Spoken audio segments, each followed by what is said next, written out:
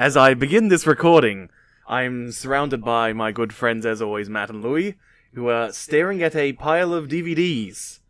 And they appear to be lamenting their fates because they are wishing that they had viewed any of the DVDs which are sitting atop those shelves, instead of what we actually watched tonight. Is it an accurate assessment of tonight's proceedings? Yeah, no. I mean, there was potential. Yeah, hello. I'm not as upset with either of these films that we watched that we'll talk about.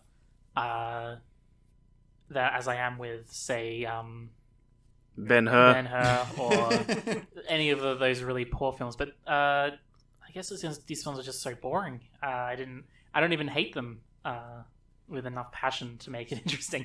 So yeah, we'll see how we go. See, this is funny because I actually changed what I was going to do about 4 times over the course of this week. As I was trying to work out what sort of theme, what sort of connections from last week. I know exactly what I'm doing next week, and I'll be very interested to see how you're feeling after those 2 films, since they're 2 of my favourite films of the last few years.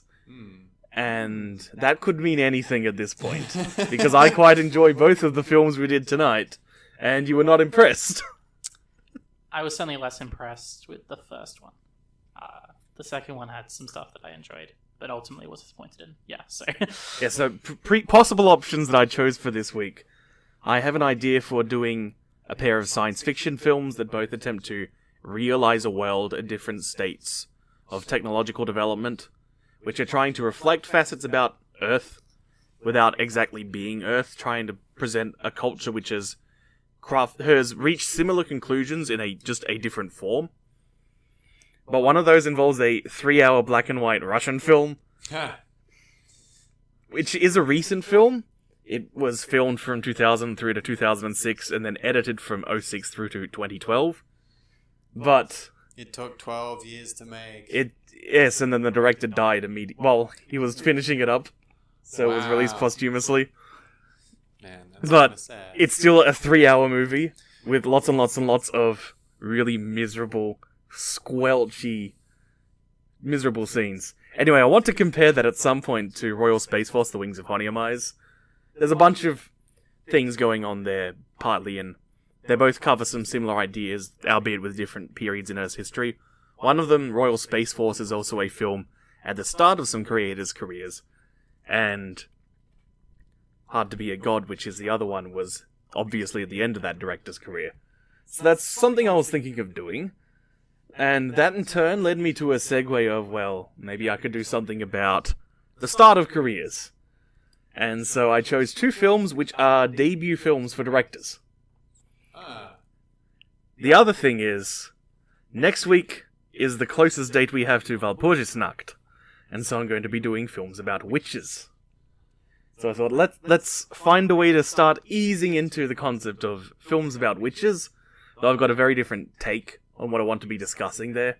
I want to be really looking at films that reflect a certain reality of modern occult understanding, because there's a bunch of political circumstances in the 19th century which resulted in that increase of interest in the occult. And while they're both films from 2016, they both very much reflect the actual intent that a lot of occult studies had. And there's a lot of political parallels to what's currently happening in the world today that I want to be getting into. This week, thought, well, let's try something which I can loosely tie under as well as feminist horror films. So the film that they rejected viewing was Carrie from 1976.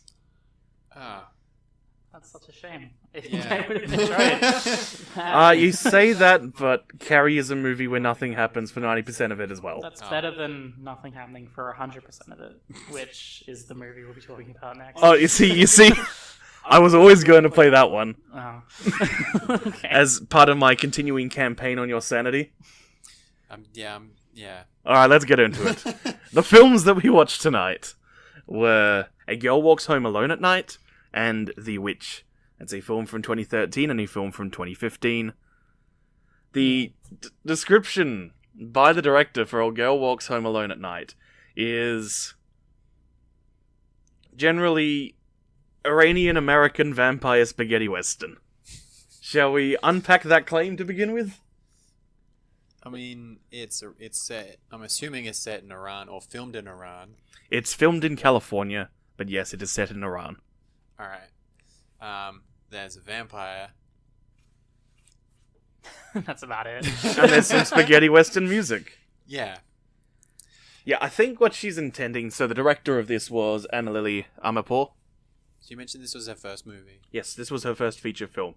She had made a short film about the vampire before, and people liked it, so she did a little crowdfund, got $60,000 to make the film that we saw. I think I want to bring that up just because we were discussing small budget weird indie things earlier this evening. Yeah.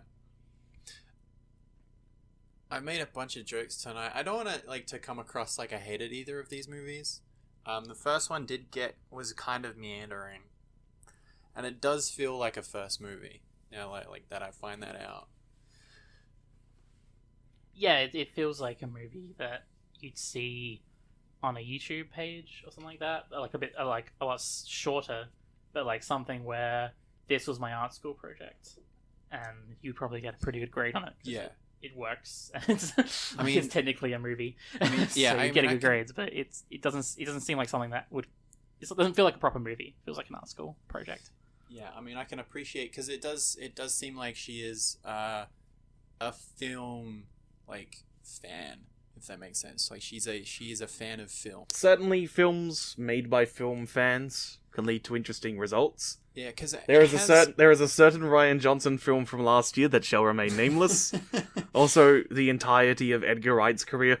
Yeah, because I mean, it has that kind of film feeling of like it feels like an old school like Italian movie, or it feels like an old school like French movie. It has that slow meandering, like a lot of those movies tend to have that slow burn kind of pace to them, and it's a lot of just people in a room looking at the scenery and then sort of like waxing philosophic. Yeah, specifically the blocking is very, very slow and deliberately paced.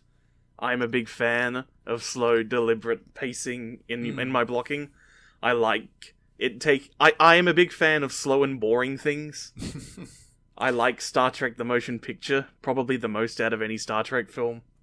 I have not seen it. I like random French films whose names I'm forgetting now that I watched in first year film studies. Well, I guess like the difference for this is like I'd agree. I do like those types of things as well. It's like Tarkovsky, all of his stuff is incredibly slow burn, and can be bordering on. I mean, I imagine some people would find things like Andrei Rublev dull, but they can be incredibly interesting. I guess like for this, the part I struggled with was that, like when we were discussing, say, Watership Down with the vignettes, I struggled with the connective tissue and I guess like an overall theme or anything to this movie. So that was just sort of like, it just felt like there was just sort of stuff happening. Like scenes that they had an idea of, but didn't really know how it all kind of tied together. Yeah, I think the way that I would describe this film is it's composed of 3 acts, but it's not Hollywood 3 acts. Rather than a setup, a complication, and a payoff, it's... The first act is a little story involving a pimp. The second act is a bunch of relationship confusion with a guy. And the third act is the question of should you hang out with a vampire? And there is some degree of connection between these 3 components. But it's not quite here as a flowing story. Yeah, and I guess like it's not even like the city is the character or anything either. Yeah, this is no Notre Dame du Paris. It's it's certainly an odd piece. Should we say exactly give a basic outline of the plot of A Go Wild? If you would like to, Matt, go ahead. No, I don't want to do it. Alrighty, there is a fellow who has a cat. He may have stolen the cat. It's a bit ambiguous, and ultimately doesn't really matter. And his father is a heroin addict, and the heroin addict's pimp... Well, the drug dealer is also a local pimp, and he takes the main character's car He because... worked very hard for. Yes, he worked very hard. He worked 29 days, 91.92 days Something like that, yeah. to get this car. And so the pimp takes the car as collateral. Then the pimp gets eaten by a vampire. And then the main character happens to be passing by at the time and goes, "Sweet, this has resolved my money problems." I'll get my car back and all of the He money gets that's his here car and the back. drugs. He then goes to a party with his previous employer as a handyman.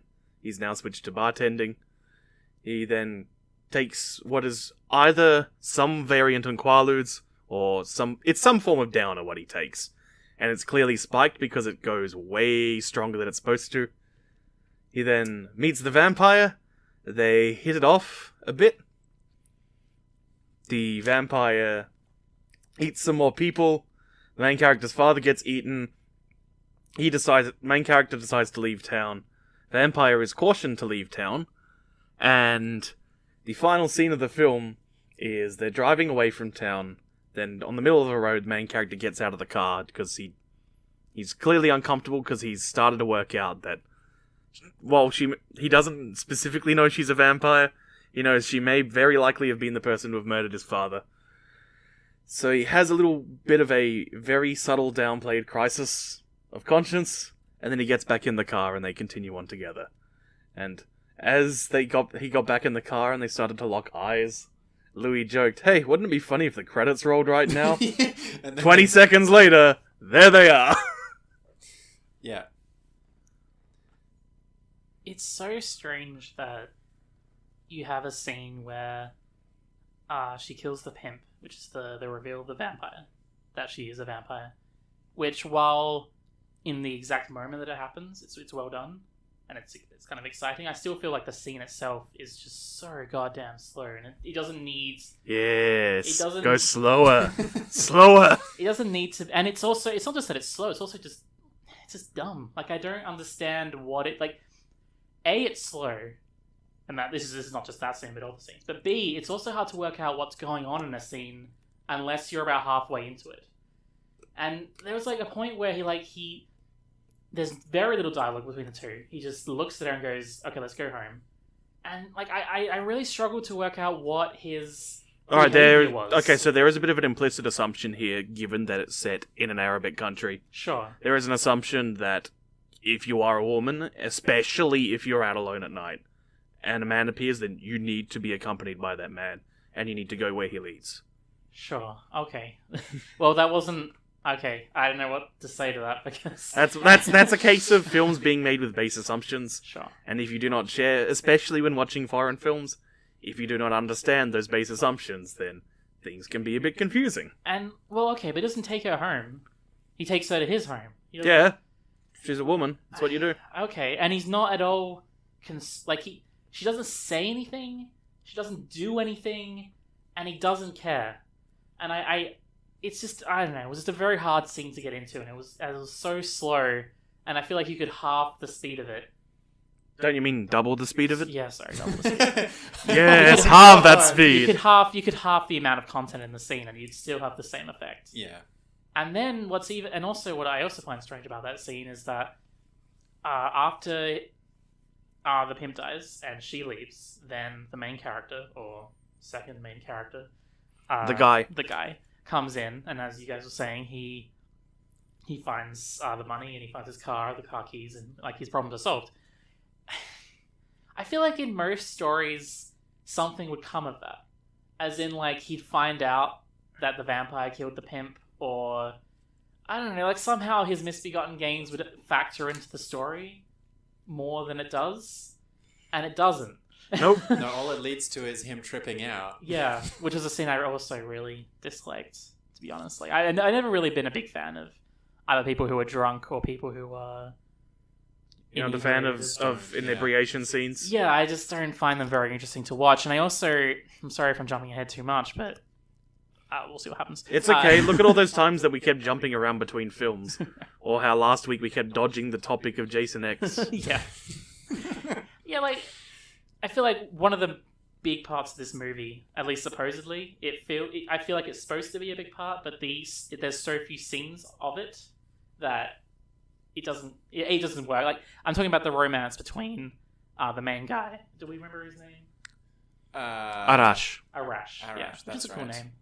Arash and the vampire, and they're supposed to have some kind of relationship. I guess a romantic one. I guess either way, and I feel like that kind of human and vampire kind of relationship, where like either he or she, the vampire, You could write like 3 whole books about it. yeah, and it's a perfectly fine concept. Thank you, Louis. In just like, And thank you, Matt, for no selling. yeah, like even not just vampire. Do I make an Anne Rice joke here? Oh my god. Shoutouts to Anne Rice. That is some very schlocky smut. Okay. Matt has lost his train of thought now. No, Mission I've got the train of accomplished. thought. I'm just waiting to see if there's more to this bit that we have. Like I feel like you know. Is this like this Bobby Heenan promo? Where he keeps saying, okay, just Gene, just interview me. And every time Gene tries to talk, Bobby immediately cuts him off. Okay. No, I understand how. I mean, this is the problem. Okay, I'm done. God. All right. Yeah, like I feel like this kind of story, human meets some kind of a monster. In this case, some vampire. And vampire is like the most common of these. Like, it can work. Like, I understand. And I believe we both very much enjoyed a film earlier this year built around that concept. Sorry, which one? The Shape of Water. Shape of Water, yes, yeah. Of course, that wasn't as much of a, like, he was more of a creature, I think, than a monster. But yeah, I know what you mean. But I think in particular, like, the idea that this... Are you saying that vampires are a higher degree of sentience than the creature from No, the I'm Shape of saying Water? that they're a higher degree of evil than the creature from the Shape of Water. Like, he only seems to be angry at things that... Right, because he only eats cats. Yeah, he only eats cat. That cat actually... So your specific concern is... No, the cat snarled at him, and he thought it was food. So in some way, vampires do have a higher amount of sentience than the Shape of Water fish creature, yes. But no, I think there's especially like that kind of story where the monster has like often has evil intentions to almost everyone else except for that one human character they decide to like in some way. And I feel like that's a story concept that can work. You can make a romance around that. You can make a story around that. But here, I don't think it does work because when they first meet, he's drugged and he's inebriated. So their first meetup, they can't really connect with each other that well because it's not him. It's not who he is, who she meets in that first scene. But look, So if you can't accept me at my worst, you don't deserve me at my best. Yeah. Rate, comment, subscribe, everyone. I mean, that scene for me threw me because I was expecting it to go with... Because he was dressed as Dracula in that scene. For me, I was expecting it to go into, like, some sort of, like... Comedy of errors. Well, I assumed it was going to be, like, she sees him and is like, oh, he's a vampire too. He's just like me. Like, that, I guess. And then she just wheels him home. I thought they were going to establish like an emotional connection, and I felt like that connection doesn't really work if one person isn't themselves. Yeah, and is like he's just drugged up at the time, and that's just the first problem with the relationship. It's also like it's maybe like halfway through the film when they first meet. Yeah, It's about there. definitely a long way into it, and then by that time, this just has no time to develop. There's maybe like what 2 or 3 scenes. They're in about 3 scenes together, I think. Yeah, and it feels like it's supposed to be the emotion, like the big crux of the film. Like at the end of the film is them together, and the idea is what is he going to do about whether he wants to run away with her or if he needs like revenge for his father or something like that. Like their relationship appears to be the main part Driving of force, yeah, and that driving force has maybe 2 or 3 scenes devoted to it. And there's nice moments in those scenes, as Louis was mentioning before, that vignette situation. Yeah. Which Like- one was that? So, the particular moment that I like, and you were looking down to write at your notes, so you Right. might have missed a bit of it, Okay. is when they're in her room together and they put on the music. And you get, it's typical of the film, very... This is when he's drugged up. No. No. The second time they're Oh. together. Okay. And The music is playing, and he very slowly glides towards her. She very slowly turns around, because that's how everything in this film is. Yes. There's an anime I really like called Mari Mite, and it's just as slow as this. So, cool. I just wanted to make an anime reference in the middle of my explanation here to destroy you. Okay. Alright, so Okay. I'll get to what the actual important thing here is. Right. So she turns around, she looks at him, she looks at him, she looks at him. She then starts to push him in such a way as to raise his head up. So it's very clearly telegraphing that she's going to bite him on the neck. Oh yeah, I remember the scene. Yeah, and then I instead... thought he was drugged up. Wasn't this when he was drugged up? He's starting to come out of it. by that Oh, point. okay. He started to go, okay. He's walking again. Sure. Okay. Like, it's getting out of his system, but what's important is that she telegraphs that she's gonna eat him, and then instead she leans in and listens to his heartbeat instead, and that is a nice little moment Yeah, it's a cute little of visual storytelling. It is nice, but it is nice, like, in of itself. Like, if it was in a vacuum is my point is, yeah. there's, perhaps instead of vignette, okay, in a vacuum there are some very nice scenes in this film. That would be a fantastic scene in a movie. That you liked. Okay, well, I was gonna say it'd be a fantastic scene in a movie where you also have more to that relationship, where you also learn reasons why she might like him and why he might like her, and you actually develop them as characters and their relationship. And that would be a great moment either to start their relationship or as like a moment when they come together and they realize that they like each other. In this movie, that is the only thing they do. So all you have to go on is, I guess she decided she didn't want to kill this guy, even though she decides to The kill conclusion herself. I get is that she saw him earlier in the film as well. Okay. You gotta remember, she saw him around the apartment of the pimp. The conclusion the way that I read it is, she concludes that this guy's a bit of a goofball, and is also one of the few characters in her life that isn't an amoral psychopath. Which Since would be most great. of the people she eats are bad people. I mean, we don't... This is also somewhat undercut, and it may be intentionally left ambiguous, if she is actually eating people out of a sense of some degree of justice.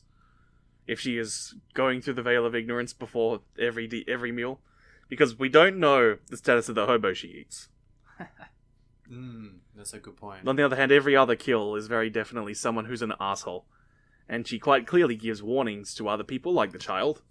Mm-hmm. And she doesn't eat the other woman. The prostitute. She doesn't eat the prostitute, and she doesn't eat Arash. And in fact, she even gives the prostitute the stuff she steals off the pimp, like his watch and some chains and things. And then shows up to save her. So she has some amount of a moral compass. Yeah, and I did like her. Like, I did like the vampire in this film. I thought that she was actually pretty well done. I liked the aesthetic that she had. I liked the way... what the actress we did should with probably... the actress is Sheila Vand. that. Okay. She was in Argo. I have not seen Argo. Anyway, so it's just a horizontal stripy top and some pants and wearing a niqab, which doubles as both saying, hey look, it's an Arabic woman walking around in public view, so she needs her niqab, and also doubles as a billowing cloak for a vampire. Yeah, that was great. I really liked that. That was a cute little... I mean, this movie has lots of these little moments of like creativity that I really like. Yeah, like when she scares a kid and then takes his skateboard when he leaves it alone. Yes. Leading to several scenes of that most terrifying of fears, skateboarding vampires. Yeah, my favorite scene in the whole thing was when she goes for the little boy. The tension is well done. It's actually quite intimidating when she's walking towards the child. And like teleporting around. Whiskering in front of the child. Yeah, and it did add a lot to her character, the fact that she warned him to be good, essentially, to be a good boy. And that, again, it's a scene that is good in a vacuum and also good for the whole film, which is rare, I think, in this film, in my opinion, anyway. I thought it really matched up well, and it really said something about her character when you added that to who she killed and what her other behavior was. And it also led to my the second thing that I really liked with her on the skateboard. One of the things I like with vampires is that because they're usually so old, we don't know this about this particular vampire, but usually they're quite old and dark and evil and sinister, but they'll have like little bits Quirks. of them that are quirks, and often there'll be like something that has something to do with youth. That's that kind of like piece of youth or humanity that's kind of locked away within them since they were turned or whatever happened to them. And so, yeah, I think that was like my favorite part of the film, and she was my favorite character in the film. Yeah. I'd agree with that. There's a common thread in both of these films that I'm just going to bring up now. Sure. As well, we're still talking about this and Matt's still looking for the next part of his notes to bring up.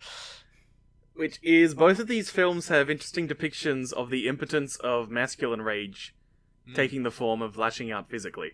Yeah.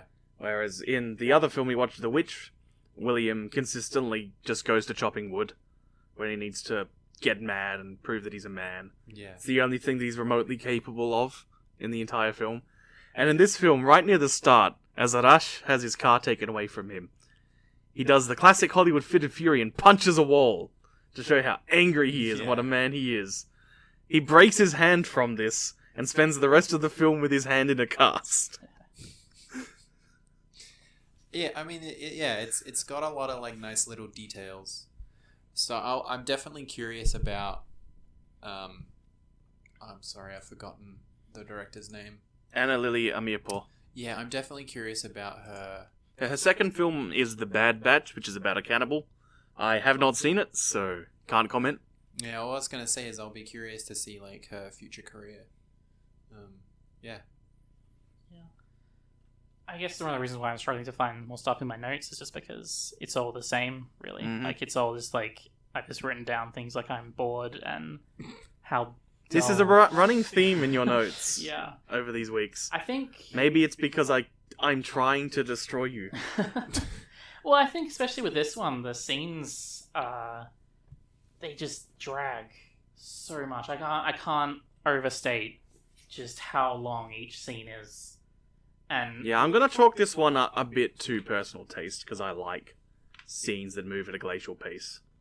Well, it's so weird because, and this has something to do with the movie, this is more, and hopefully this works for the podcast, but I, usually in other social circles that I'm in, I'm the person who keeps on arguing to slow things down, and that they need to, like people who I talk to will be like, no, we need to be, like, fast-paced, we want action, and all the kind of things, and I'm the one who goes, well, a better story might want to slow things down every once in a while, and it might be more elegant to have a slower scene here, or a more quiet scene. And so it's so weird to come here and then to see, like, just be on the exact opposite spectrum. You're the one screaming, do something! Yeah, I'm the one poking the movie with a stick, trying to get it to do something. Like, I mean, yeah, whenever I think of these sorts of movies, I'm reminded of It Follows from recently. And that's a slow burn movie. That's a slow, like, a lot of those scenes move at a glacial pace, but I feel that it's just, like, as a whole, a more interesting movie. You feel that they work better in service of the film as a whole. Yeah. I probably would like to say something like, I feel like one of the things that might help a little bit for me is the characters. I often like to get invested in characters no matter what the story is. And while I liked the vampire, there's like, I liked her, but There's some base charisma to the vampire that you enjoy seeing. Yeah, but she's not fleshed out. None of these characters are fleshed out, and their relationships aren't fleshed out. None of them are particularly likable. Not even the main character. Usually, Hey! The pimp has that wonderful moment where the first thing he does upon getting home is rat his fist along the fish tank to scare all the fish. How can you not like that guy? What's weird is that usually in a story like this, to me, is that the character Arash. Oh, it is Arash, right? Yes, Yes, Arash. Or whoever it is going to be, whether it's a male or a female character, they have to be the heart of the film. Like Eliza in Shape of Water is someone who you root for throughout that film because she's so nice and there's so much about her that is something that you can get behind.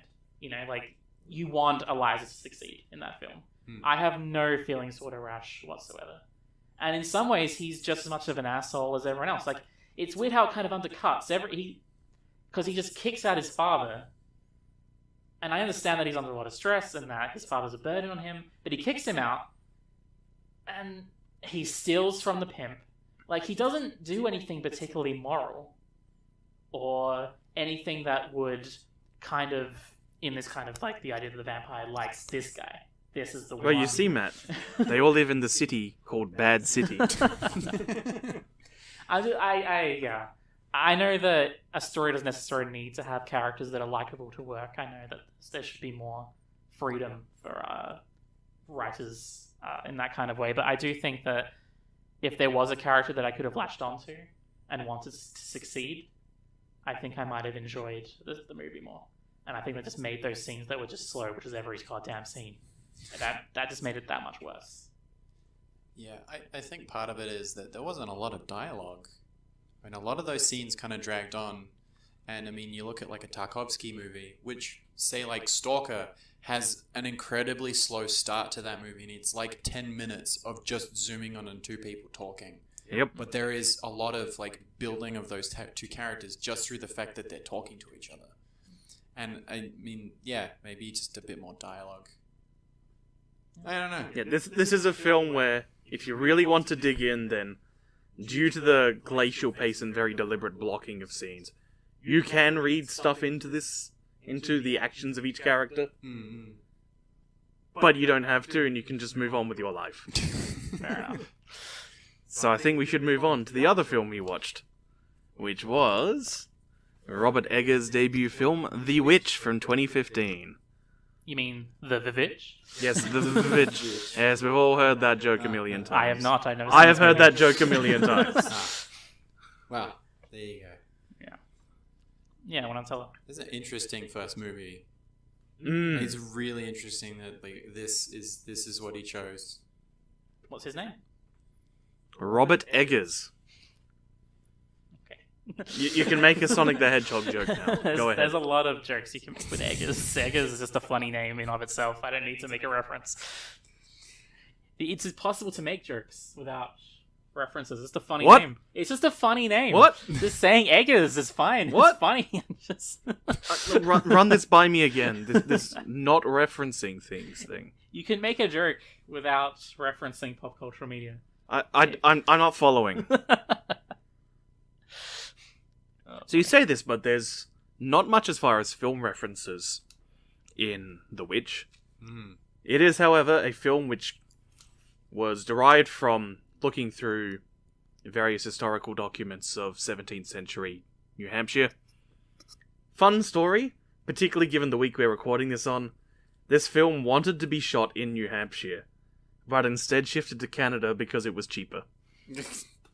Yeah. Well, it was a forest, so it probably was where Stargate was probably shot somewhere. Yeah. I'm pretty sure The Witch is actually from the Chopper Eye.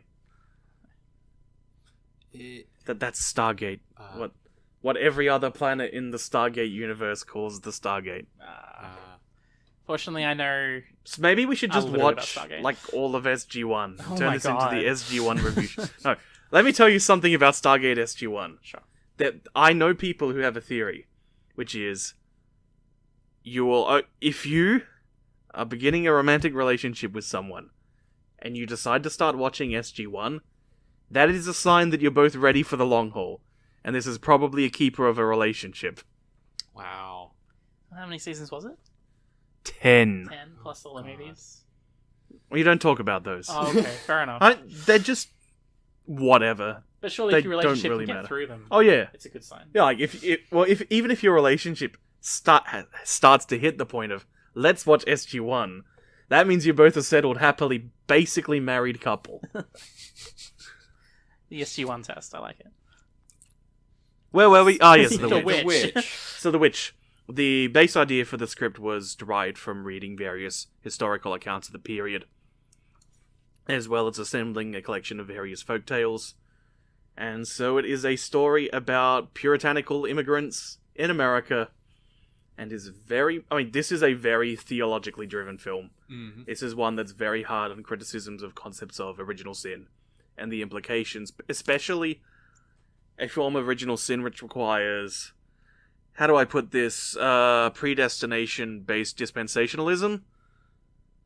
Those are words. Yeah, okay, so I'm being intentionally obtuse there. Yeah. When I talk theology, please let me know if I need to further actually break things down further anytime I do. Basically, one of the problems with the Puritan movement and how it eventually spawned the Calvinist movement is it's a branch of fundamentalism. Fundamentalism in the context of Christian theology means you must take the Bible literally at all times. So, like, evangelists? Yeah, most evangelical Christian movements are built around fundamentalism. Right, yeah. I could talk all day about ways of understanding and unpacking the Bible. If you want some weird fun trivia involving translations of the Bible recently, the King James Version makes mention of unicorns. What? No other translation does, and the reason that it does is because in the 17th century, unicorn was the common word used for rhinoceros. Uh-huh. More recent translations, through various scholars looking at certain ways that the Jewish word that they're translating is being used, have reached conclusions that some sort of animal, sometimes you get the phrase wild ox, which is the weirdest one because it's an oxymoron, since an ox is a domesticated bull. Yeah. But yeah, generally, the assumption that can be drawn given the region that's usually referring to is they're probably talking about rhinoceroses. Translating the Bible as a bitch. Yeah. Where am I going with this again? So fundamentalist movements, the Bible must be taken literally. Really hard, particularly like Puritan and eventually Calvinist movements are really built around this stoic and this you must absolve yourself of all sin. But at the same time, certainly one of the thesis statements of the film is their adherence to their faith, they insist that people are inherently sinful. They're built around a form of what is known as special salvation. There's various strains of special salvation versus universal salvation. So universal salvation in Christianity concludes that Jesus died, forgives sins, therefore everyone is forgiven of sin. Special salvation is Jesus forgives specific people for their sins, and there's a form of this which is that Jesus forgives you of your sins, but you need to accept. You need to have accepted that Jesus has forgiven you for it to work. The other is, the worst sort of interpretation is predestination-based, which is God has already decided who he has forgiven. You better hope you're on that list. Oh boy. And this is one which is very popular amongst conservative branches of Christianity in America. Yeah. Because it's the one which most justifies not actually helping anyone ever. And this is, and it also leads to a life of constant fear. And constant guilt to the point where you're no longer capable of enjoying anything or actively supporting people because all you're doing is worried about yourself, which is what the people in The Witch are living under. Certainly one of the ultimate conclusion that this film reaches is that if you are inherently sinful and there's no way to guarantee your forgiveness of sin, then perhaps the answer is to fully embrace sin and go full pagan. See, now I'm starting to wonder if my enjoyment of this movie has been tainted by my lack of, this sort of knowledge. Because, that's certainly some interesting kind of readings into it. Because, I started to, tune out. Yeah, I guess if you're not particularly familiar, especially since all the dialogue in this film is written in 17th century modern English. Yeah, I found that to begin with it was fine, but the more the movie went on, Matt, you made a good point about this, the more it kind of pulled me out of it, because it became less about me kind of just experiencing the movie as just translating what the characters are saying into something I understood. Yeah, sort of deciphering in this movie, I made the point that it felt like it turned from a movie into a stage play. It turned into Shakespeare's soliloquy for you. Yeah. And I'd also, before going into that, I feel like with the Louis saying it's tainted. I would argue that any movie that requires that level of knowledge in order to enjoy it, I think it's probably failed. Unless it's made specifically for a niche market. In which case, I don't know why we watched it then. Because we're not in that niche, and I don't know. We can have fun conversations I now. guess we could. Because, I mean, we're not here to have fun. We're here to record the podcast from hell. Yes. I mean, like, I don't know what to say to that. Like, there's nothing I can really... Like, I didn't know anything about that. Alright, if you've seen The Witch, or you're thinking of seeing The Witch, and you don't have any sort of background in Christianity and any branches of theology, there is a video by one Leon Thomas of Renegade Cut. I might as well give a plug here, no, because... No, not the plug. It's just the idea of having to go watch a completely unrelated YouTuber in order to understand The Witch. It's just insane to me. Now, I feel like digging up that tweet, one of the first tweets by the Institute of Gremlins 2 Studies, if I've ever shown you that Twitter account. Yeah. What? So it's a Twitter account that intentionally takes the most absurd, obtuse readings out of Gremlins 2 possible. It's because, that is a postmodern film discussing the natures of consumerism and the nature of film sequels, and how capital forces shitty sequels to be made.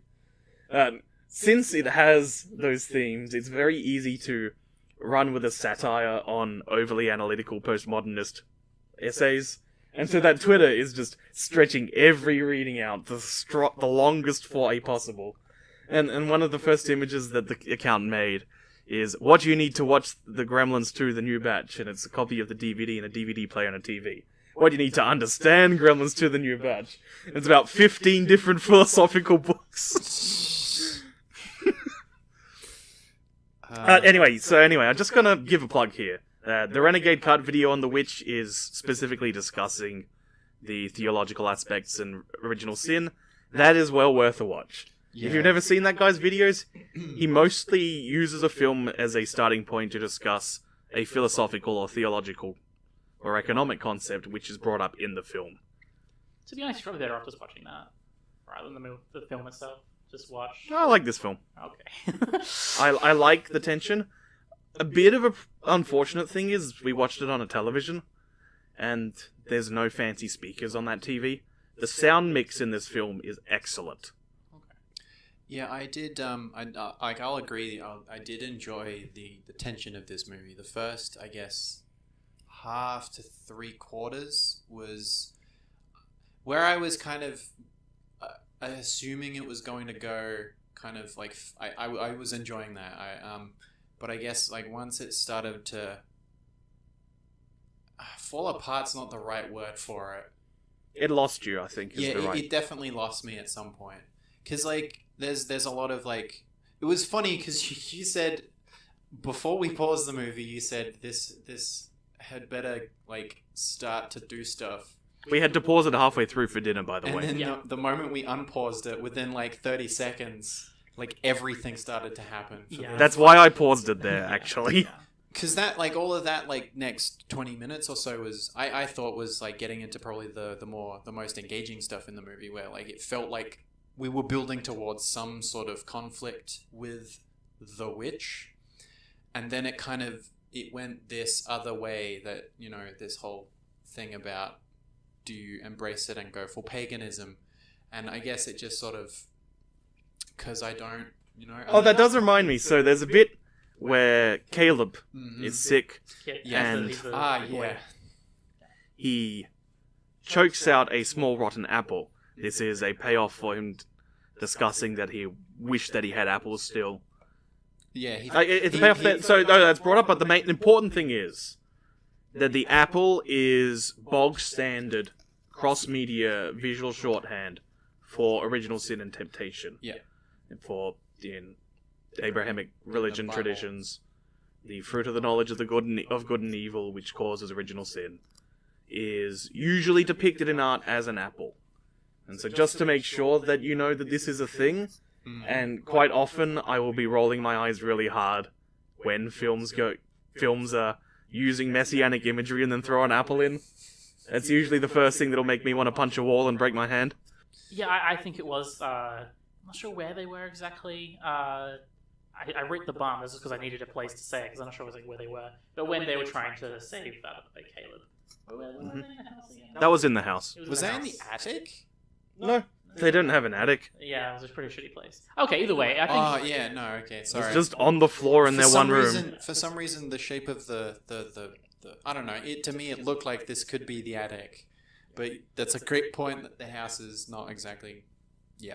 Yeah, I feel like it was that scene where it started to lose me, and Yeah. I feel like it. I read the word farce a few times, starting from this scene where I was wondering whether it was supposed to be a comedy, and just because I think the dialogue was one of the main reasons why. But The one that really got me was when the kids started like buying at the goat. Yeah. But there was also like scenes where I feel like it undercut the tension. Where like there was a scene a little bit later on in the film when you see the witch for the first time, like her face, and like it was a really tense scene before that. Like it was really building up really really well, and I was really enjoying it. And then for some reason, I'm not sure why, but when you see her reveal, she looks like at the camera at the little kids, and she's like ah, and instead of going like retreating back at like the climax of that build up of tension, I just laughed. Like there was a lot of like whenever it really wanted to scare you, that tension seemed to fall away, and I seemed to just not. I wasn't scared. And Yeah, I feel that the hag that hag shot is intentionally a bit farcical. It then follows it up immediately with the shot of the mother having a crow which looked good. Yeah. eating her boob. Yeah. Yeah.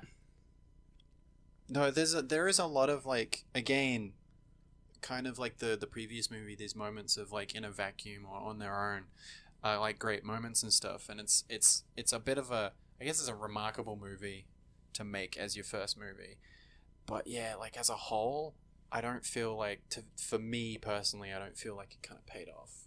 Yeah. I wrote something down which around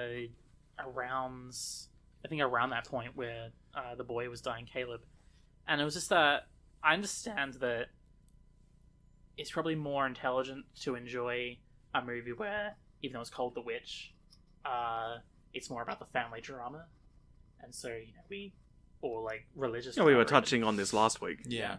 But for me personally, I remember certainly at that point in the movie when I wrote it, I was like, man, I wish there was a little bit more witch in this witch movie. And I feel like it could have went in two different directions I would have enjoyed, where there was no witch, and instead it was just their faulty interpretations of their theology that was leading them to just go insane. And really the problem was that they were starving because the dad didn't know what he was doing. He couldn't hunt, he couldn't grow, and they all had their own like personal feuds going on in the family, and they just tear each other apart, and there is no witch. Or you actually just go full blown with a witch is attacking them, and you have like a bunch of supernatural stuff happen.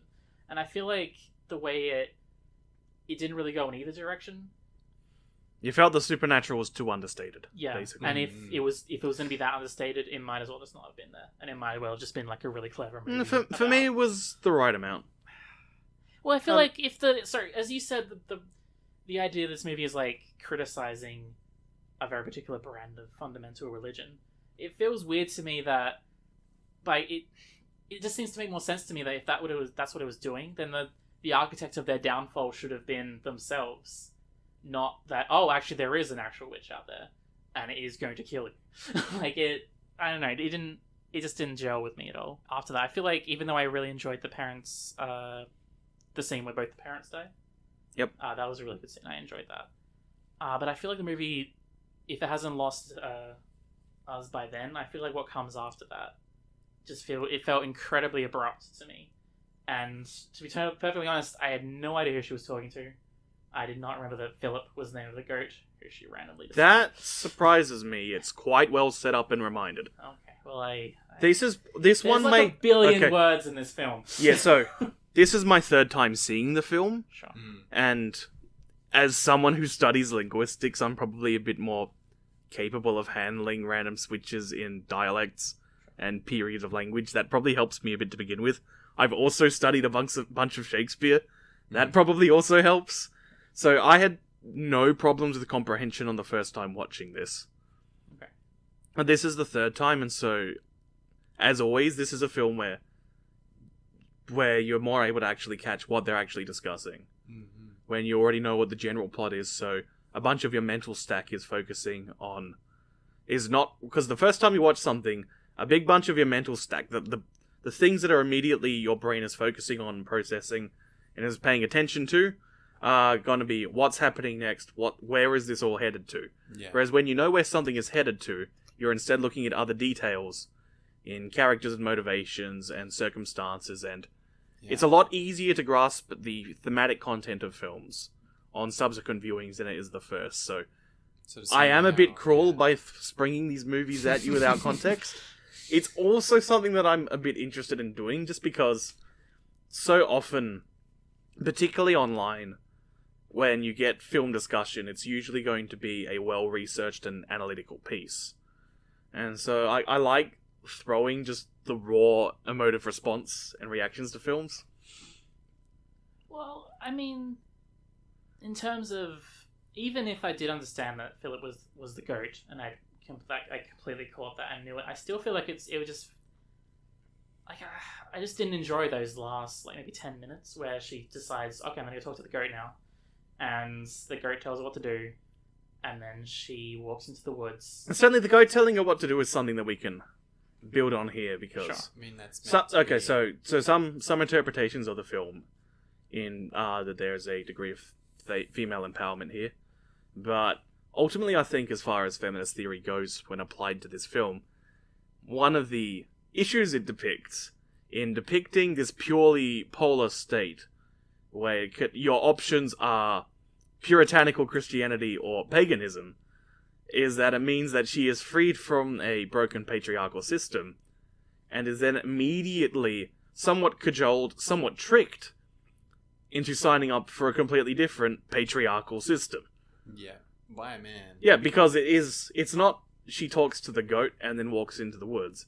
It's then the goat speaks to her as a man, provides a contract for her to sign. Oh, by the way, they're using a book here. It's because there's a bunch of passages in the Bible which discuss your name being written, particularly in the Book of Revelations. And we could talk about the Book of Revelations, but no.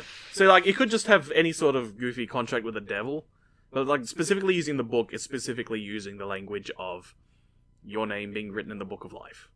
And here's the evil version of this. Like in The Gate, hey, this band reads from the Dark Book. It's like the Bible for demons. Yeah. It's that sort of shtick it's doing. Sure. Yeah.